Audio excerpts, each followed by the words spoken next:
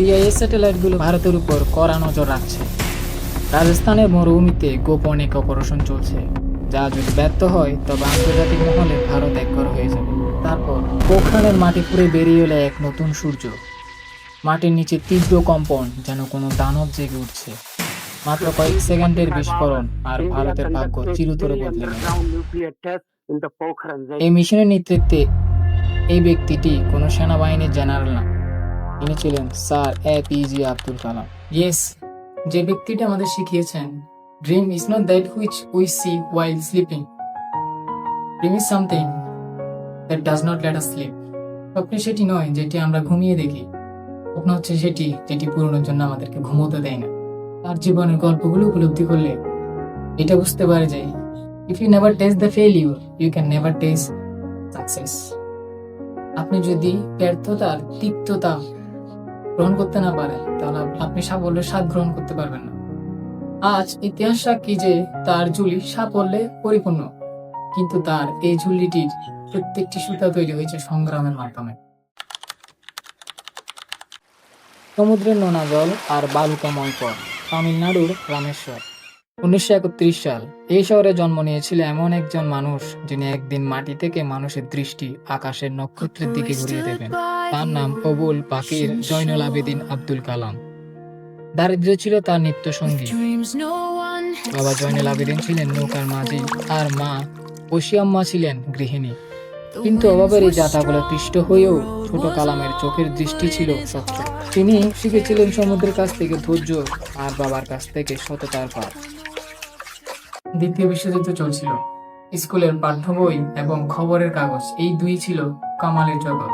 প্রতিদিন ভোর 4টায় ঘুম থেকে উঠে ছুটতে হতো রামেশ্বরের স্টেশনে। ট্রেন থেকে পড়া খবরের কাগজ সংগ্রহ করে পৌঁছে দিত পাঠকের কাছে।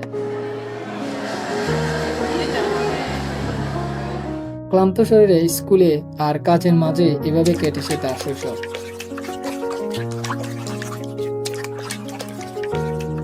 শুধুই কি অবাক, পরাধীন ভারতের আরেকটি বড় বাধা ছিল যে তিনি মুসলিম ঘরে। তার একটি স্মরণীয় ঘটনা আছে তার জীবনে। যখন তিনি রামেশ্বরে প্রাথমিক বিদ্যালয়ে পড়াশোনা করছিলেন, তখনকার একটি ঘটনা তার হৃদয়কে নাড়া দেয়। তখন তার প্রিয় বন্ধু ছিল রামনন্দ শাস্ত্রী। রামনন্দ ছিলেন একজন পুরোহিতের ছেলে। একদিন ক্লাসে রামনন্দ এবং কামাল পাশাপাশি বেঞ্চে বসেছিল। ওই দিন একজন নতুন শিক্ষক ক্লাসে ঢুকতেই দেখলো টুপি পরা একজন মুসলিম ছেলে একজন ব্রাহ্মণের ছেলের সাথে বসে আছে। তিনি এটি কোনো মতেই মেনে নিতে পারছেন না। তিনি রেগে গিয়ে কালামকে বলল, তোমার মতো মুসলিমের ছেলে কিভাবে আমাদের মতো উচ্চ বর্ণের হিন্দু ছেলের পাশে বসে? সেই দিন কামাল বুঝতে পেরেছিল তাকে শুধু অভাবের সাথেই লড়াই করতে হবে না, লড়াই করতে হবে এই সমাজে বিদ্যমান সকল কুসংস্কারের বিরুদ্ধে। কিন্তু কোনো বাধাই কি কোনো স্বপ্নকে আটকে রাখতে পারে? পারে না। রামেশ্বরের সেই ছোট্ট লাইব্রেরি এবং শিক্ষকের অনুপ্রেরণাই তার জ্ঞান পিপাসাকে বাড়িয়ে দিয়েছে আরো বহুগুণ। আকাশে উড়ন্ত পাখির ঝাঁক দেখে কামাল ভাবতো, মানুষ কেন উঠতে পারে না? সেই প্রশ্ন হয়তো তাকে একদিন মহাকাশ বিজ্ঞানের উচ্চ শিখরে নিয়ে যাবে। অভাবের কারণে যখন তার লেখাপড়া উচ্চশিক্ষা প্রায় থমকে যাচ্ছিল, তখন তার বড় বোন জোহরা তার গহনা বন্ধক দিয়ে জুগিয়েছিল কামালের উচ্চশিক্ষার খরচ। পরিবারের আত্মত্যাগই আজকে এই মিসাইল ম্যানের ভিত্তি। তিনি যখন রামেশ্বর ছাড়লেন, তার ঝোলায় ছিল খুবই সামান্য জিনিস আর মাথায় ছিল বিশ্বজয়ের স্বপ্ন। আর এই স্বপ্নই তাকে টেনে নিয়ে যায় মাদ্রাজের ইনস্টিটিউশন অফ টেকনোলজির দরজায়। মাদ্রাজের ইনস্টিটিউশন অফ টেকনোলজি থেকে এরোনটিক্যাল ইঞ্জিনিয়ার শেষ করার পর কামালের লক্ষ্য ছিল একটাই, একজন পাইলট হবার। কিন্তু জীবনে প্রথম ধাক্কাটা খেলেন এয়ারফোর্সের ইন্টারভিউতে। 8 জন প্রার্থীর মধ্যে তিনি ছিলেন নবম। মুহূর্তে তিনি স্বপ্নের আকাশ থেকে মাটিতে আছড়ে পড়লেন। কিন্তু সেই ব্যর্থতা তাকে নিয়ে এলো তৎকালীন প্রতিরক্ষা গবেষণা প্রতিষ্ঠান ডিআরডিওতে। 1963 সাল। ভারতীয় মহাকাশ কর্মসূচি মাত্র শুরু হলো। কামাল যোগ দিলেন বিক্রম সারাভাইয়ের দলে। কোলাম্বা রকেট লঞ্চিং স্টেশনে কাজ শুরু করলেন। তার মেধা আর মানসিক শ্রম তাকে দ্রুত টিমের একজন অপরিহার্য সদস্য করে তুলল। তারপর এলো তার জীবনের সবচেয়ে বড় challenge, SLV triple I mission. 10 August 1979 ভারতের প্রথম স্যাটেলাইট লঞ্চ করার দিন। সারা দেশের চোখ তখন শ্রীহরি কোঠার দিকে। কামাল তখন প্রজেক্ট ডিরেক্টর। কাউন্টডাউন শুরু হলো। রকেট আকাশে উঠলো ঠিকই, কিন্তু মাত্র কয়েক সেকেন্ডের মধ্যে সেটি ভেঙে পড়ল বঙ্গোপসাগরের নীল জলরাশির ভিতর। পুরো ভারত তখন স্তব্ধ। মিডিয়া এবং সমালোচনা শুরু হলো বিজ্ঞানীদের ব্যর্থতা নিয়ে। কিন্তু সেই মুহূর্তে পর্দার আড়ালে এক অবিস্মরণীয় ঘটনা ঘটল। চেয়ারম্যান সতীশ ধাওয়ান প্রেস কনফারেন্সে নিজে উপস্থিত থেকে সমস্ত দায়ভার গ্রহণ করলেন নিজের কাঁধে। তার ঠিক 1 বছর পর 18 জুলাই 1980 সাল। একই দল, একই লক্ষ্য, আবার কাউন্টডাউন। এবার কোনো ভুল হলো না। ভারতের তৈরি রোহিণী উপগ্রহ সফলভাবে মহাকাশে পাড়ি জমালো। আনন্দ আত্মহারা বিজ্ঞানীরা একে অপরকে জড়িয়ে ধরল। সতীশ ধাওয়ান তখন কালামের দিকে তাকিয়ে বললেন, গত বছর তুমি ব্যর্থ হয়েছিলে, আজ তুমি সফল। কিন্তু কালাম জানতেন এই সাফল্য কেবল তার নিজের নয়, এটি ছিল পুরো টিমের, যারা ব্যর্থতার পরেও হাল ছাড়েনি। মহাকাশ সাফল্যের পর ডাক্তার কালামের কাঁধে এলো এক গুরু দায়িত্ব। ভারত তখন সীমান্ত নিরাপত্তা নিয়ে শঙ্কিত। প্রয়োজন এমন কিছু প্রযুক্তির যা শত্রুকে পাল্টা জবাব দিতে সক্ষম। তৈরি হলো GMDP, integrated guided missile development programme. এর কাণ্ডারি হিসেবে মনোনীত হলেন ডক্টর কালাম। এটি ছিল এক মহাযজ্ঞ, একদারে 5টি মিসাইল তৈরির চ্যালেঞ্জ। কামালের নেতৃত্বে একদল তরুণ বিজ্ঞানী দিনের পর দিন ল্যাবে আর মরুভূমিতে রাত কাটান।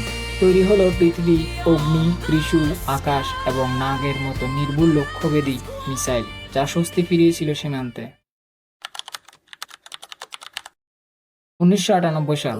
বিশ্বজুড়ে পারমাণবিক শক্তিধর দেশগুলোর কড়া নজরদারিতে ভারত। CIA স্যাটেলাইটগুলো 24 ঘন্টা রাজস্থানের মরুভূমির উপর চক্কর দিচ্ছে। ভারতের লক্ষ্য পারমাণবিক শক্তির অধিকারী হওয়া। কিন্তু সমস্যা হলো, চোখের পলক ফেললেই CIA জেনে যাবে ভারত কি করছে। এই মিশনে কোনো ভুল করার সুযোগ ছিল না। ডক্টর কালামের নেতৃত্বে একদল বিজ্ঞানী ছদ্মবেশে মরুভূমিতে হাজির হলেন। পরে নিলেন ভারতীয় সেনাবাহিনীর পোশাক। পোখরানের ওই এলাকায় তারা গভীর রাতে কাজ করতেন। কেন? কারণ স্যাটেলাইটগুলো ছবি তুলত দিনের বেলায়। বিজ্ঞানীরা এমন জায়গা বেছে নিলেন যাতে স্যাটেলাইট মনে করত সেখানে কেবল সেনাবাহিনীর নিয়মিত মহড়া চলছে। মাটির প্রায় 200 মিটার গভীরে সুড়ঙ্গ করা হলো। টানেলের ভিতর বাতাসের তাপমাত্রা ছিল তীব্র, কিন্তু বিজ্ঞানীদের মনে ছিল অদম্য জেদ। কারণ কাজটা কেবল বিজ্ঞান নয়, রাষ্ট্র দেশের নিরাপত্তা। পরীক্ষার মাত্র কয়েকদিন আগে CIA এর গোয়েন্দারা খুব কাছাকাছি গিয়েছিল। তারা এটা আন্দাজ করতে পেরেছিল যে তারা একটি নিউক্লিয়ার এক্সপেরিমেন্ট করতে যাচ্ছে। 11 মে 1998 সাল দুপুরের সময় পোখরানের মাটি খুঁড়ে বেরিয়ে এলো আগুনের কুণ্ডলী। মাটির নিচে তীব্র কম্পন, যেন এক দানব জেগে উঠল। বিজ্ঞানী যখন নিশ্চিত হয়ে গেল পরীক্ষাটি সফল, তখন পুরো কন্ট্রোল রুমে পিন পতন নীরবতা। তারপর খুশির বন্যা। মাত্র কয়েক সেকেন্ডে ভাগ্য চিরতরে বদলে দিল ভারতের। বিস্ফোরণের পর কালাম যখন বের হলেন, চারিদিকে ধুলোবালি ভেদ করে সূর্যের আলো তার চোখে এসে পড়ল। তিনি জানতেন ভারত আজ থেকে এক নতুন যুগে পদার্পণ করলো। 2002 সাল। তিনি দেশের সর্বোচ্চ সাংবিধানিক পদ, ভারতের রাষ্ট্রপতির দায়িত্ব গ্রহণ করলেন। ভারতের ইতিহাসে রাষ্ট্রপতি ভবনের বিশাল গেটগুলো এর আগে কখনো খুলে দেওয়া হয়নি।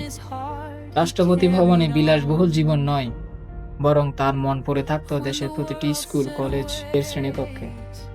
তিনি বলতেন, আমার কাছে সবচেয়ে প্রিয় মুহূর্ত হলো যখন আমি আমার স্বপ্নগুলো স্কুলের শিশুদের সাথে ভাগ করে নিই। তার কাছে রাষ্ট্রপতির পদের মান ছিল দেশের ভবিষ্যৎ গড়ার এক অসামান্য সুযোগ। কামালের জীবন আর দর্শন ছিল বড়ই অদ্ভুত। রাষ্ট্রপতি থাকাকালে তিনি ব্যক্তিগত কোনো কারণে সরকারি কোনো অর্থ ব্যয় করেনি। দায়িত্ব শেষে যখন বেরিয়ে এলেন, তখন তার সম্বল ছিল কেবল কিছু বই, কয়েকটি জামা আর তার স্বপ্নের ডায়েরি। তিনি শুধু বিজ্ঞান ও দেশ নিয়ে ভাবতেন তা কিন্তু নয়, তার চিন্তার মূলে ছিল তরুণ প্রজন্ম। ভারতের প্রত্যেকটি যুবকের মধ্যে তিনি এক একটি স্বপ্নের স্ফুলিঙ্গ দেখতে পেতেন। 2015 সালের 27 জুলাই শিলং। সেদিনও তিনি ব্যস্ত ছিলেন তার প্রিয় কাজ নিয়ে, অর্থাৎ তরুণদের সাথে জ্ঞান বিনিময়ে। মঞ্চে বক্তৃতা দিতে দিতে তিনি হঠাৎ ঝিমিয়ে পড়লেন। ভারতের সেই মহান স্বপ্নদ্রষ্টা, যিনি কোটি কোটি চোখকে স্বপ্ন দেখাতে শিখেছিলেন, নিজের চোখ জোড়া বন্ধ করে নিলেন চিরতরে। একজন মানুষের বিদায়ে পুরো বিশ্বকে স্তব্ধ হতে খুব কমই দেখেছি বিশ্ব। তিনি বিদায় বেলায় আমাদের জন্য রেখে গেছেন এক অমূল্য সম্পদ, তার বই, তার দর্শন এবং তার দেখানো পথ। তিনি আমাদের শিখিয়েছেন কিভাবে শূন্য থেকে শুরু করতে হয়, কিভাবে আকাশ ছুঁতে হয়, কিভাবে প্রতিকূলতার মুখে দাঁড়িয়ে সত্যের পথে অটল থাকা যায়। তিনি বলতেন, আমার মৃত্যুর পর তোমরা কোনো ছুটি ঘোষণা করো না, বরং সেদিন আরো একটু বেশি কাজ করো।